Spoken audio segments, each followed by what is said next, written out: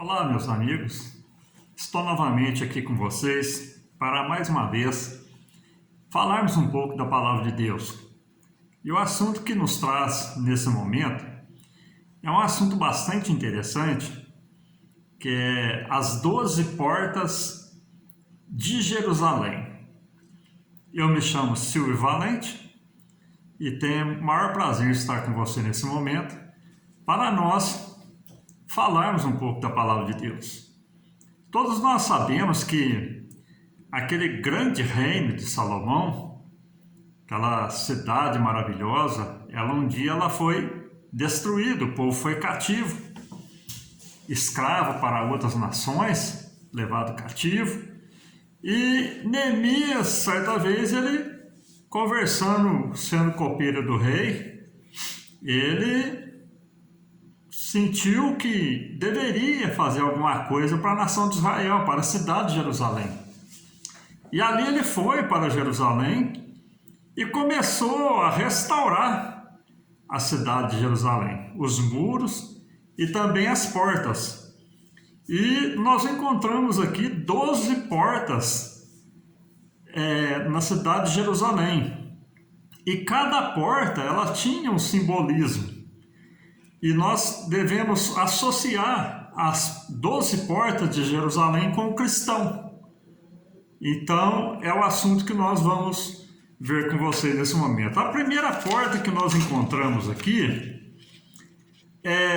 se encontra no capítulo 2 de Neemias, versículo 13, a parte A, que fala o seguinte: a porta do vale.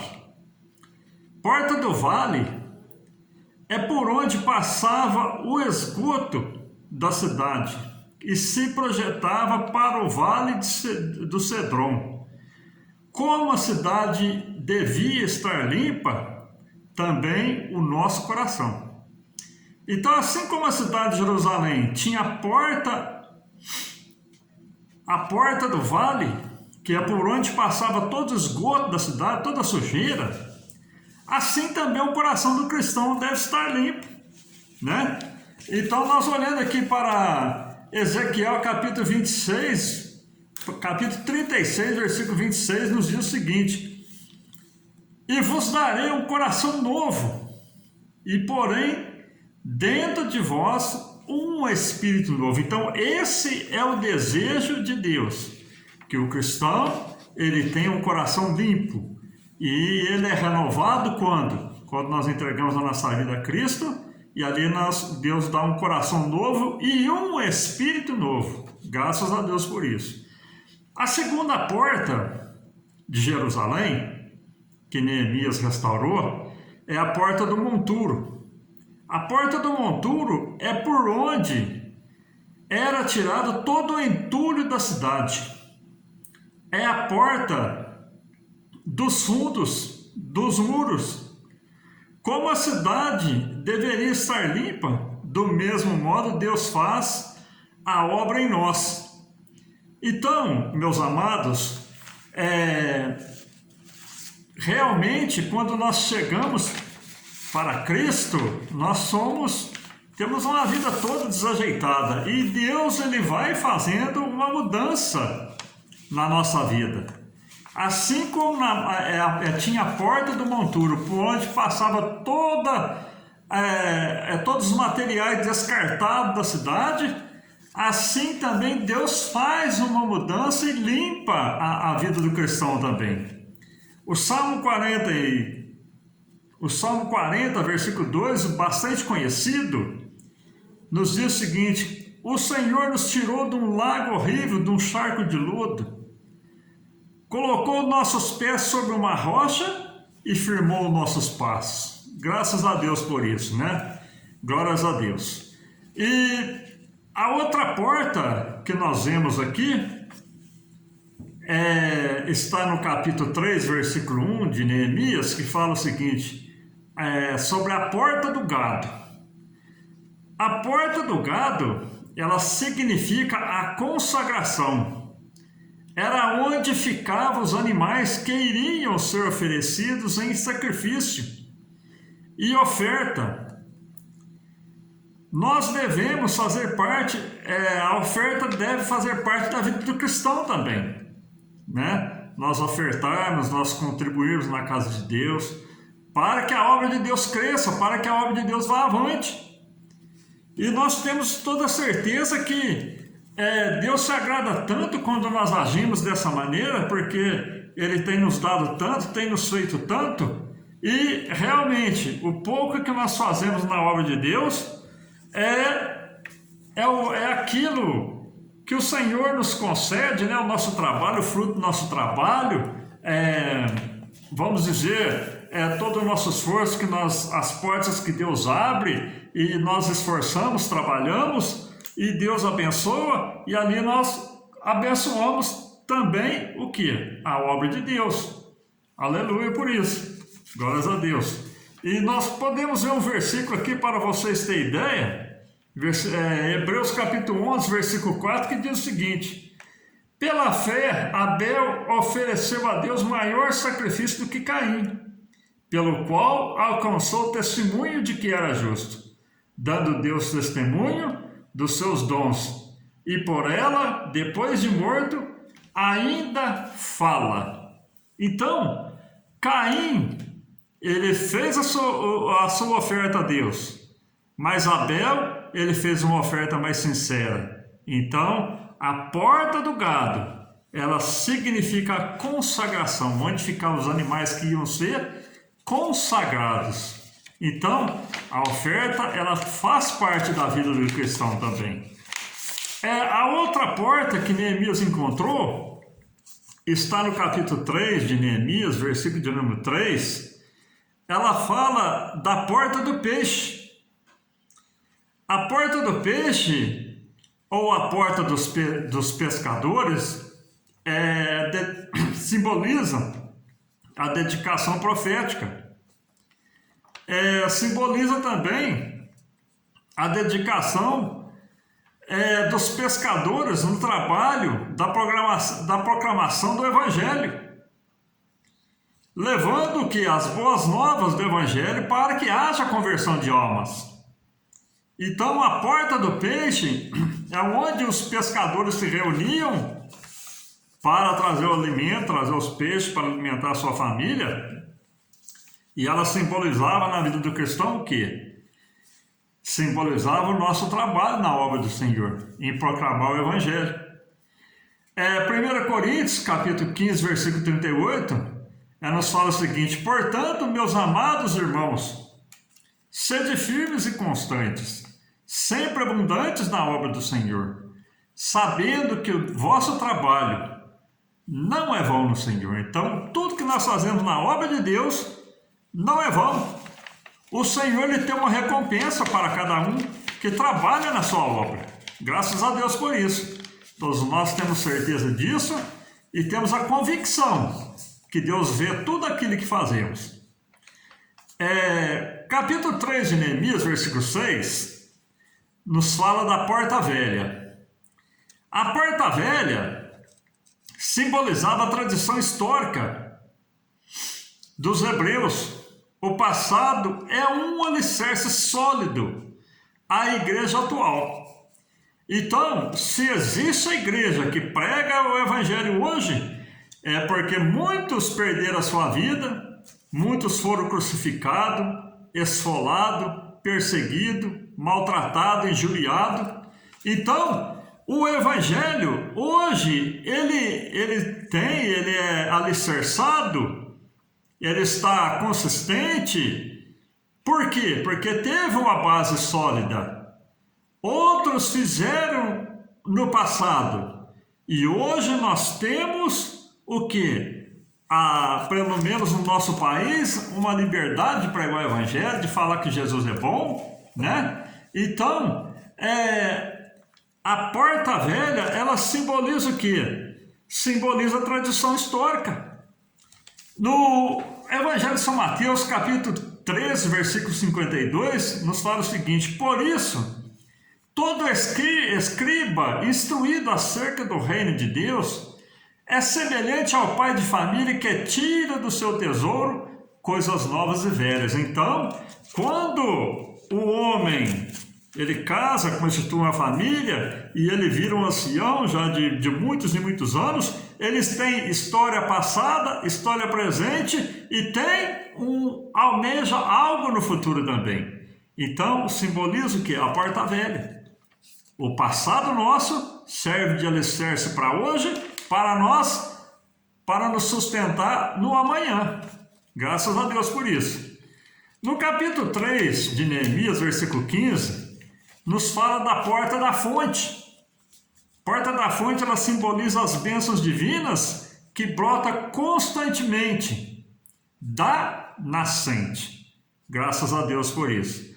Então, as bênçãos do Senhor, ela brota na vida do cristão constantemente. É só nós termos fé que nós alcançamos as bênçãos do Senhor. Se nós olharmos para São João, Evangelho de São João, no capítulo de número 14, São João, capítulo de número 4, versículo 14, nos fala o seguinte: mas aquele que beber da água que eu lhe der, nunca terá sede, porque a água que eu lhe der fará nele uma fonte de água viva que jorre para a vida eterna. Graças a Deus por isso. Então, quando nós bebemos da água, que é a palavra de Deus, ela lava o nosso interior e ela nos esclarece quanto à salvação. Então, o que acontece? A palavra cumpre na vida do cristão. Então, a porta da fonte, ela simboliza o quê? Uma fonte de água que jorra de uma tal maneira que ela nos transporta, que Jesus falou aqui no Evangelho de São João, capítulo 4, versículo 14, nos transporta para onde? Para a vida eterna. Então, realmente, quando nós bebemos dessa água, nós temos convicção de que somos cristãos, de que somos salvos e de que vamos um dia morar nos céus também. Glória a Deus por isso. Capítulo 3 de Neemias, versículo 26, fala da porta das águas. Simboliza a conversão plena, através da lavagem da palavra. Então, isso realmente procede de quem? Quando nós passamos pelas águas, quando nós convertemos a Cristo, quando nós entregamos a nossa vida a Ele, aí nós somos lavados como? No batismo. Batismo de arrependimento. E nós olhando aqui para São João capítulo 15, versículo 3, o próprio Senhor Jesus dizendo: vós já estáis limpo pela palavra que vos tenho falado. Então a palavra na vida do cristão, ela lava a alma, ela lava a mente, ela lava o corpo, ela prepara o cristão, tira o cristão realmente de uma vida pecaminosa, e a palavra vai lavando até que nós alcançamos a estatura de varão perfeito. Capítulo 3 de Neemias, versículo 28, nos fala o seguinte: porta dos cavalos simboliza as guerras, as conquistas pelo povo. Glória a Deus. Então nós, olhando um versículo aqui, muito interessante, que todos conhecem, que está lá em Efésios, no capítulo número 6, versículo de número 12, nos fala o seguinte: porque não temos que lutar contra a carne e o sangue, mas sim contra os principados, contra as potestades, contra os príncipes das trevas desse século, contra as hostes espirituais da maldade nos lugares celestiais. Então o cristão, ele tem uma guerra, uma batalha. Então a porta dos cavalos simboliza o quê? A guerra, as batalhas do cristão, que realmente a todo instante, a todo momento, nós estamos lutando não contra a carne, mas contra as hostes espirituais da maldade nos lugares celestiais. Capítulo 3 de Neemias, versículo 29, nos mostra a porta oriental. A porta oriental ela simboliza a vinda de Cristo. Nunca devemos esquecer que Ele virá outra vez. Glória a Deus por isso. E nós olhando para um versículo bastante conhecido, que está em 1 Coríntios, capítulo 15, versículo 19, que nos diz o seguinte: se esperarmos Cristo somente nesta vida, somos os mais miseráveis de todos os homens. O cristão, ele tem a plena convicção que estamos nessa vida, mas um dia Jesus voltará, simbolizando a porta oriental, simbolizando a volta de Cristo, e nós sairemos daqui com toda certeza para irmos para Jerusalém celestial. Graças a Deus por isso. Também olhamos aqui, a outra porta que Neemias encontrou foi a porta da esquina. E a porta da esquina, ela simboliza o quê? Uma visão angular. Nós, estando na esquina, a gente olha para um lado, olha para o outro lado, e temos a visão de todos os lados.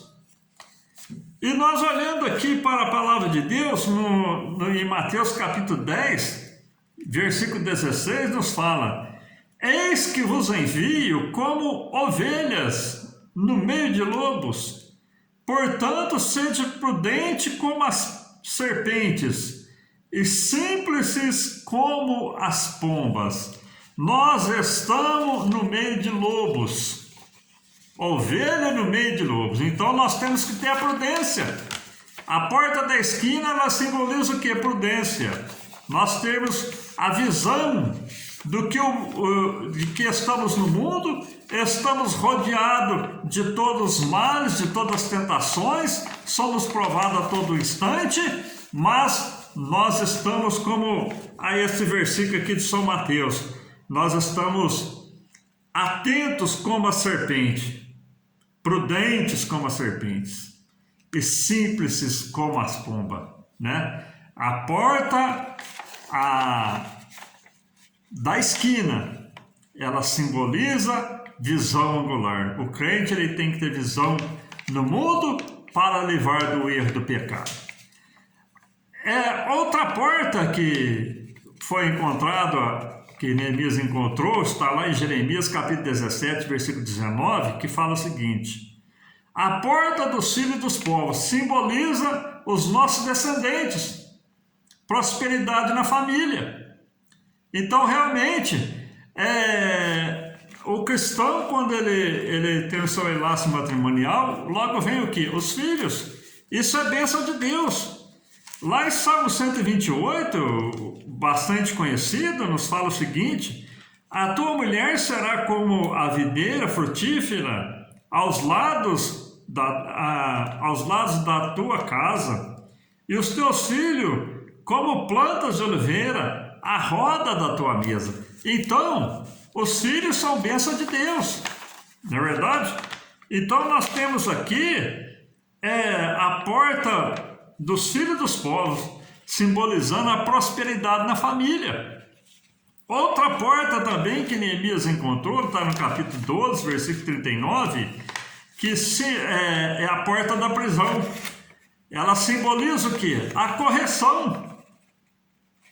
Simboliza a correção.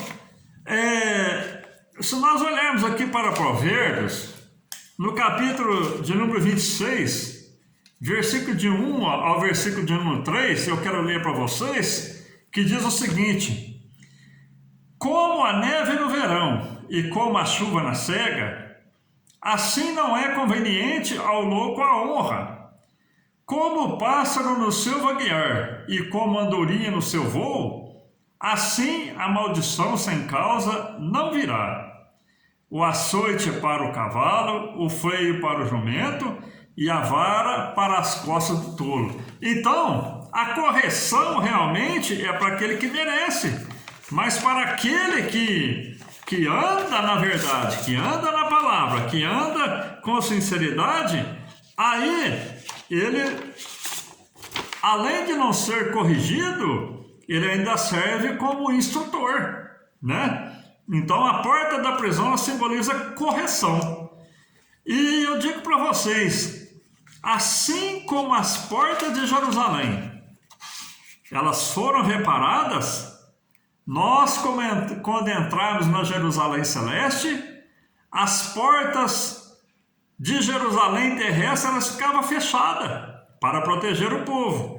E lá na Jerusalém Celeste, as portas estarão abertas, né? Nunca se fecharão, porque a glória do Senhor vai encher toda a casa, e ali nós estaremos eternamente com o nosso Senhor. Glória a Deus por isso. Eu peço a você, meu amado, que se inscreva no nosso canal, no YouTube, Bíblia com Valente, para você estar recebendo as nossas palavras, que toda semana a gente está postando. Acione o sininho, assim quando sair a mensagem você já vai ser notificado, e assim a obra de Deus vai prosperando cada vez mais. Que Deus te abençoe, em nome de Jesus. E assim como Cristo abençoava a sua igreja, eu também quero te abençoar nesse momento. Que a graça de nosso Senhor Jesus Cristo, o amor de Deus e as consolações do Espírito Santo seja com todos vós.